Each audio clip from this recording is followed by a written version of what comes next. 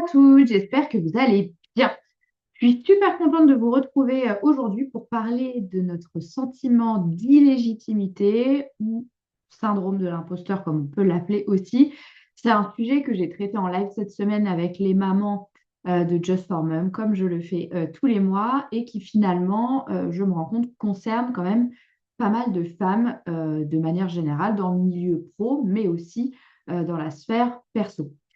Pour celles qui ne me connaissent pas, je suis Marie Legage, je suis coach de vie certifiée et j'accompagne les femmes principalement sur la gestion du temps, l'équilibre vie pro, vie perso, la gestion des émotions, des relations aux autres et de la relation qu'elles peuvent avoir ou vouloir créer avec elles-mêmes. Donc aujourd'hui, la question qu'on va se poser, c'est vraiment de se dire, voilà, à quoi ressemble le syndrome de l'imposteur dans nos vies? À quoi est-ce que c'est dû? Quelles sont évidemment les conséquences que ça a pour nous et puis surtout comment on va travailler à s'en défaire. Parce que c'est vrai que souvent, on pense que le syndrome de l'imposteur touche uniquement les personnes qui manquent de compétences. Or, en réalité, c'est souvent l'inverse, hein. C'est souvent les personnes qui sont les plus engagées, exigeantes, consciencieuses avec elles-mêmes et qui sont d'ailleurs très conscientes de leurs responsabilités qui sont les plus touchés. Mais du coup, la question qu'on va se poser, c'est à quoi ça ressemble exactement le syndrome de l'imposteur? Et je vous dis ça maintenant. Euh, En fait, les femmes, notamment, sont souvent celles qui sont les plus touchées. Euh, on a par exemple, je vais vous donner quelques exemples en fait pour que vous ayez une petite idée de à quoi ça peut ressembler. Ça ressemble par exemple à une femme qui a été récemment promue, qui a tout sur le papier pour l'être, mais qui ne se pense pas à la hauteur de cette promotion, qui a l'impression qu'elle est trop jeune, trop femme, et qui va peut-être travailler deux fois plus que les autres. Le syndrome de l'imposteur, ça peut aussi ressembler à cette maman qui regarde les autres mères à la sortie de l'école ou sur Insta et qui, du coup, ne fait que se demander si elle fait les bons choix, si elle passe pas à côté de quelque chose, qu'elle se dit potentiellement aussi que les autres mères gèrent mieux qu'elle, et puis qui se demande évidemment si elle est une bonne mère.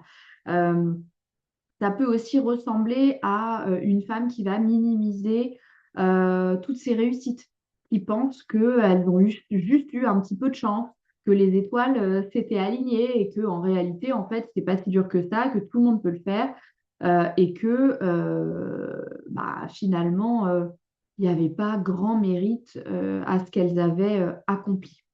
Donc, je ne sais pas si vous, de votre côté, vous vous reconnaissez dans l'une ou l'autre, ou d'ailleurs plusieurs des exemples de femmes que je vous ai donnés, et si vous avez déjà eu ce sentiment pour vous de pas finalement être à votre place, ou en tout cas ne pas vous sentir légitime à votre place. Déjà, sachez que vous n'êtes pas seul, loin de là.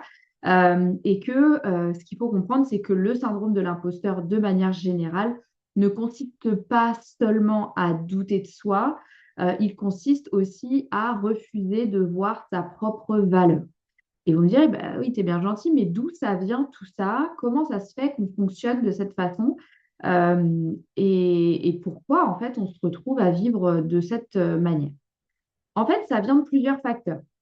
Ça vient de nos pensées et de nos croyances profondes, par exemple. On a pu grandir avec des phrases comme ça, un peu toutes faites, type il faut avoir beaucoup d'expérience pour avoir des responsabilités, il faut faire parfaitement ou ça sert à rien, aucune femme peut réussir dans ce milieu, je dois maîtriser toute la fiche de poste pour postuler. Voilà, toutes ces choses-là qui sont des pensées par défaut qu'on a soit reçues, soit entendues, soit vues et qu'on a pratiquées suffisamment souvent et longtemps pour qu'elles deviennent des croyances très ancrées et que ce soit pour nous des vérités maintenant qu'on considère absolues. Ce qui va jouer aussi, évidemment, c'est notre socialisation et notamment la différence de socialisation qu'il y a eu dans les messages transmis pour les hommes et pour les femmes, ou en tout cas pour les petits garçons et pour les petites filles au départ. En effet, tout ce qui était quand on était petite, je ne sais pas si vous avez ce souvenir-là, mais on nous demandait souvent d'être sage, appliquée, discrète, alors que nos copains garçons, eux, ils étaient encouragés à oser, tester, prendre des risques. Voilà, c'était OK d'être complètement casse-cou, alors que nous, on devait être tout à fait raisonnable, posé, un peu en mode petite fille modèle, quoi. Et donc, finalement, quand les jeunes femmes grandissent, bah, finalement, on nous construit sur le fait qu'il faut être parfait pour être légitime d'une certaine façon. Et les garçons encouragés à oser sans être totalement prêts. Donc en fait, les femmes apprennent à bien faire les choses et les hommes apprennent à essayer. Donc ça déjà, ça joue sur la façon dont on s'est construit et aussi sur les fameuses croyances dont je parlais juste avant, sur lesquelles on a pu se baser et finalement se construire. Ce qui va jouer aussi, c'est toute cette notion d'injonction. Donc, les injonctions, ce sont toutes ces attentes un peu multiples et contradictoires qu'il va y avoir vis-à-vis d'un public. Souvent, là, moi, en tout cas, ce à quoi je fais référence, ce sont les injonctions qui vont s'imposer aux femmes, typiquement la nécessité d'être compétente au boulot, mais dispo à la maison, d'être organisée et bienveillante, mais de ne pas laisser nos émotions nous envahir, de ne pas être trop ambitieuse, mais non plus de ne pas avoir, éviter de ne pas avoir d'ambition non plus. Donc en fait, tout ça, ça crée une espèce de pression constante et surtout, c'est des injonctions qui sont souvent complètement impossibles à concilier. Et du coup, bah, les femmes, elles ont tendance à penser qu'elles ne font jamais assez, qu'elles devraient en faire d'autant plus. Et finalement, ça crée une forme de doute de nos légitimités. Donc ça fait aussi partie de ce qui impacte ou du moins de ce qui influence un possible syndrome de l'imposteur. Ce qui joue aussi, c'est l'absence de rôle modèle. C'est vrai que dans certains milieux, jusqu'il y a encore pas si longtemps, même si c'est encore un peu le cas, mais ça, quand même, ça continue de se développer et heureusement, bah, il y a certains milieux dans lesquels, effectivement, il y avait une sous-représentation, voire une absence de représentation des femmes. Et dans ce cas-là, ben, quand on se retrouvait dans ce milieu-là, parce qu'on avait joué des coups, des bataillés pour y aller quand même, ben, on se sentait observé, jugé, à part, et c'est encore le cas, hein, si on prend certains milieux, j'en sais rien, la tech, la politique, l'armée, voilà, il y a pas mal de milieux comme ça dans lesquels il n'y a pas grande représentation féminine et quand elles sont représentées, bah, elles sont un peu challengées, quoi. Et donc, on a vraiment ce sentiment qu'on doit mériter sa place en permanence et que finalement, notre présence est plus ou moins exceptionnelle, voire fragile. Donc, ça joue aussi.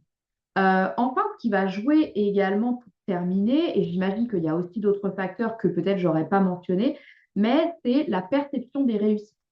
C'est-à-dire que, bah, comme je le disais avant, nous, d'un point de vue féminin, en général, on est beaucoup plus modeste et on est encouragé à ne pas trop se mettre en avant parce qu'une femme qui se valorise, ça peut être perçu comme de l'arrogance. Alors que, en général, les garçons sont encouragés, eux, à se mettre en avant, à se vendre, et souvent en entretien d'embauche, hein, quand on voit euh, quand on reçoit en entretien un homme ou une femme, en général, les hommes sont beaucoup plus enclins à se vendre que nous sommes capables de le faire, nous, les femmes.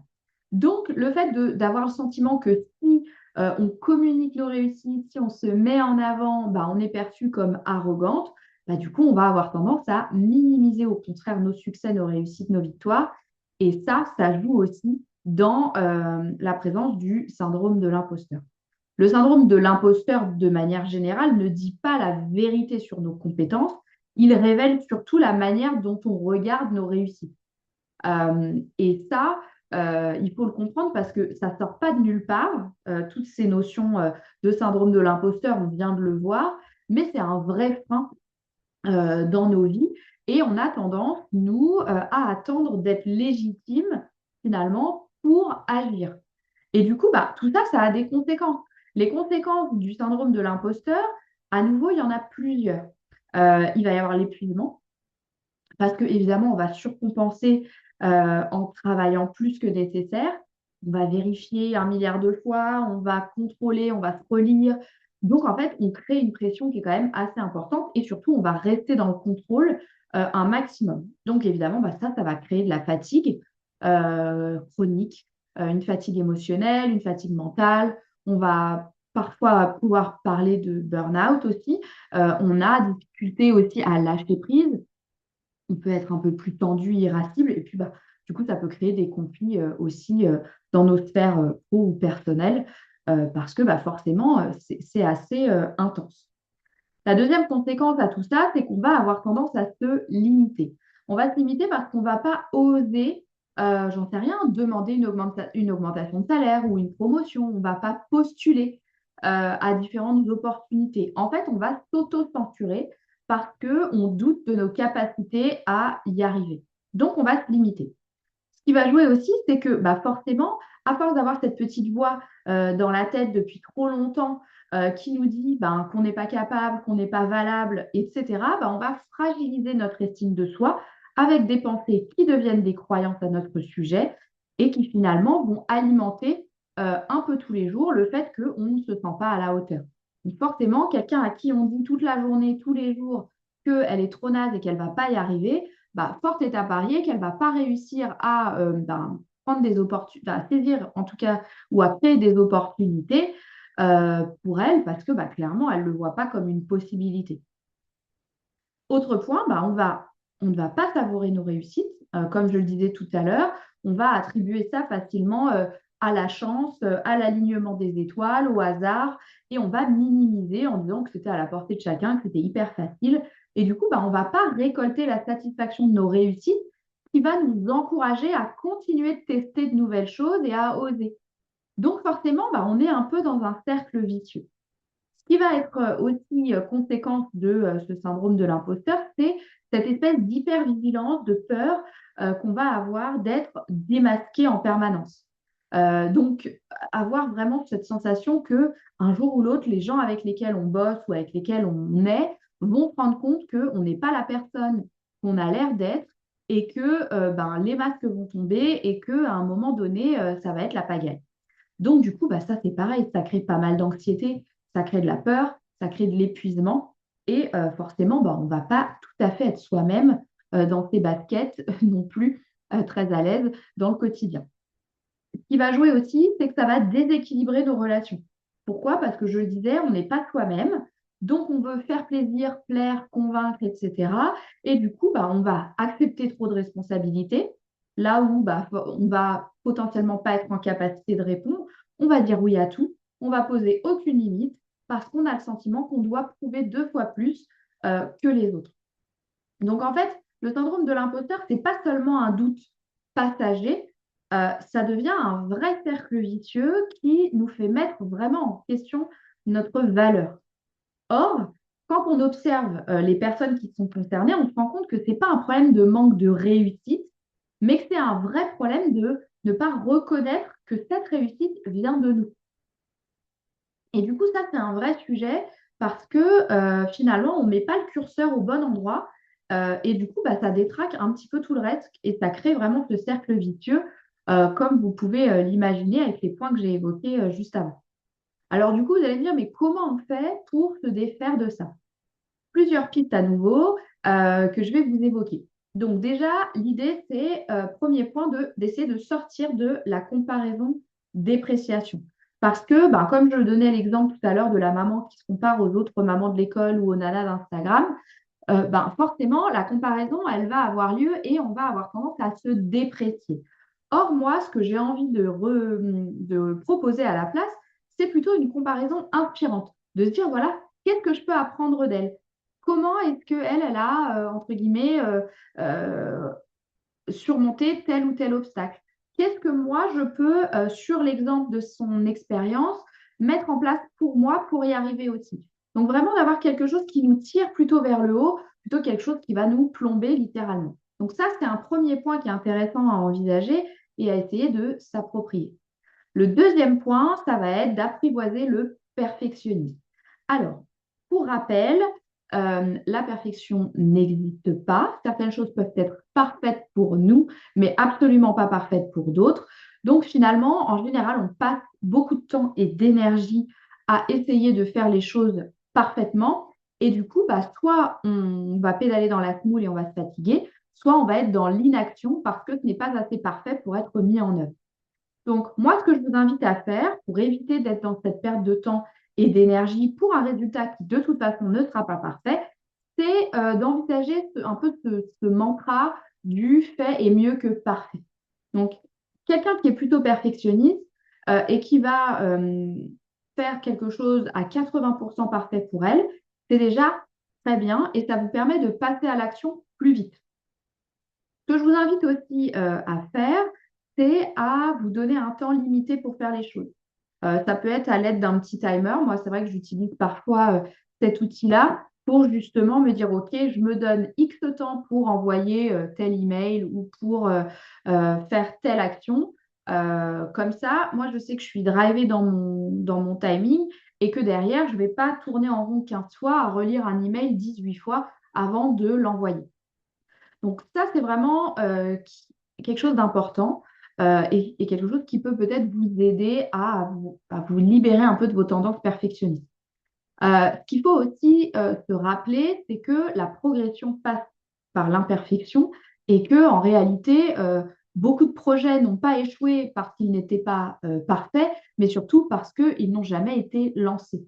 Donc, gardez ça en tête, essayez de vous détacher un peu du perfectionnisme, faites plutôt que de penser à faire quelque chose de parfait et utilisez en gros cette méthode du 80-20 et de faire les choses à 80% parfait, ce sera déjà super plutôt que de tourner autour du pot et de vous fatiguer inutilement. Troisième point qui peut jouer justement pour essayer de vous défaire du syndrome de l'imposteur, ça va être de se réattribuer ses propres réussites. Et là, je vous invite à avoir un petit cahier ou une note dans votre téléphone pour noter vos réussites dans le quotidien. Ou sur une semaine, par exemple, les compétences que vous avez utilisées, les efforts que vous avez fournis, les difficultés auxquelles vous avez fait face. Et en fait, l'idée, c'est de le noter régulièrement pour réentraîner votre cerveau à reconnaître votre contribution dans ce qui vous arrive. Euh, donc ça peut être vraiment un levier qui peut vous aider petit à petit à vous réattribuer les lauriers de ce que vous mettez en place et à aider votre cerveau à avoir ce réflexe-là quand il se passe quelque chose ou quand vous créez quelque chose de positif et de un succès, une réussite pour vous. Autre point, l'idée est de passer à l'action malgré le doute.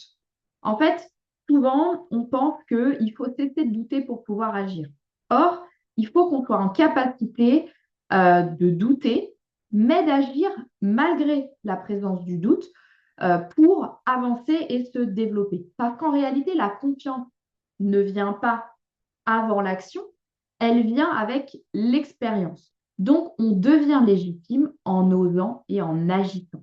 D'accord? Donc, vraiment essayer de comprendre et d'intellectualiser cette notion, c'est hyper important pour pouvoir sauter le pas et surmonter un peu la résistance que votre cerveau va fournir à essayer quelque chose de nouveau et de différent. Donc là, on va faire appel au courage, hein. Le courage, c'est le fait d'avoir peur et d'y aller quand même. L'audace, d'une certaine façon, c'est une forme de courage aussi et ça vous permettra en fonction des actions que vous avez pu prendre, de vous développer, d'apprendre et de cultiver votre confiance en vous aussi et votre confiance de base, puisque avec davantage de choses testées, vous allez pouvoir vous prouver ce que vous êtes capable de réaliser et que vous avez déjà réussi dans le passé. Et donc ça s'appelle la confiance et créer ce qu'on appelle ensuite pour soi la confiance en soi, à savoir la croyance dans laquelle vous pouvez réussir quelque chose que vous n'avez jamais essayé. Donc ça, c'est vraiment quelque chose d'hyper important. C'est pas toujours évident, mais on peut faire des choses qui nous font peur, on peut faire des choses difficiles et on a toutes les ressources en nous pour y arriver. Le dernier point, ça va être celui de challenger ses croyances. On a évoqué toutes ces pensées qu'on pratique depuis très longtemps sur certains sujets, sur certaines notions et qu'on ne questionne plus, qui nous semblent maintenant des vérités absolues. Eh bien, moi, je vous invite vraiment à les questionner, à vous demander, voilà, quelles sont les preuves réelles que j'ai aujourd'hui de mon illégitimité. Vas-y, en gros, montre-moi en quoi je ne suis pas légitime. Et demandez vraiment à votre cerveau qui vous apporte des réponses. Quelles sont les preuves contraires, peut-être, justement? Quelles expériences démontrent les compétences que j'ai acquises jusqu'ici?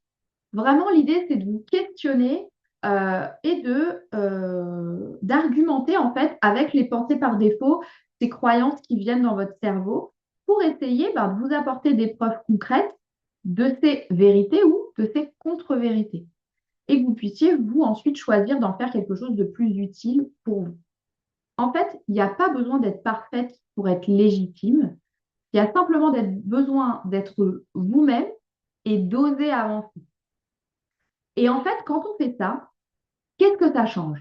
En fait, ça va changer plein de choses. Parce que quand on s'affranchit finalement un peu de ces problématiques de syndrome de l'imposteur, en fait, on va oser postuler, même si on ne coche pas toutes les cases de l'annonce. On va oser prendre la parole et partager ses idées. Donc, ça veut dire qu'il y a des idées nouvelles et pertinentes potentiellement sur la table qu'il n'y avait pas avant. On va se lancer de nouveaux projets, on va poser des limites avec les autres et peut-être dans notre périmètre pro ou perso. On va profiter de ces réussites, on va s'encourager du coup à aller chercher la récompense et à continuer de se développer. On va aussi créer de nouvelles connexions avec les autres ou des nouvelles opportunités. En fait, on va ouvrir le champ des possibles pour soi, mais aussi pour les autres. Pour les autres qui nous regardent, professionnellement ou à titre personnel, et qui vont se rendre compte que c'est quelque chose qui est possible. Et finalement, on va créer indirectement des rôles modèles supplémentaires pour nos équipes, notre famille, nos proches, euh, dans certaines sphères qu'il n'y avait peut-être pas avant, de par cette audace et le fait de s'affranchir de nos doutes et de notre illégitimité. Évidemment, on va se développer sur le chemin, on va renforcer son estime de soi et ce dont je parlais tout à l'heure, à savoir la confiance et la confiance en soi. Et évidemment, on va récupérer un paquet d'énergie aussi. Donc, voilà globalement ce que j'avais envie de vous partager aujourd'hui sur la notion du syndrome de l'imposteur. J'espère que ça vous sera utile et que vous pourrez travailler à vous en défaire si vous étiez concerné. Mais évidemment, le syndrome de l'imposteur, euh, il ne disparaît pas tout seul. C'est-à-dire que ce n'est pas parce qu'on comprend qu'il existe qu'il va arrêter. Même si je vous ai donné des pistes pour essayer de vous en défaire, parfois un accompagnement évidemment est nécessaire pour essayer de déconstruire certaines croyances limitantes qui étaient quand même plutôt assez, assez installées, si je puis dire, et pour reprendre confiance aussi en sa légitimité. Et en fait, moi, c'est ce que je fais et avec mes clientes dans les accompagnements personnalisés et sur mesure que je fais. Donc, si jamais vous sentez que vous avez besoin d'aide pour retrouver votre légitimité et avancer malgré le doute, vraiment, n'hésitez pas à me contacter directement, soit ici, soit sur l'onglet Travailler avec moi de mon site, dont je remettrai évidemment l'adresse. Et évidemment, moi, je serais ravie de vous accompagner et de vous aider à vous détacher de ce syndrome qui nous mène parfois un peu la vie dure. Voilà pour aujourd'hui. Je vous remercie toutes pour votre attention et puis je vous dis à très vite. Ciao, ciao.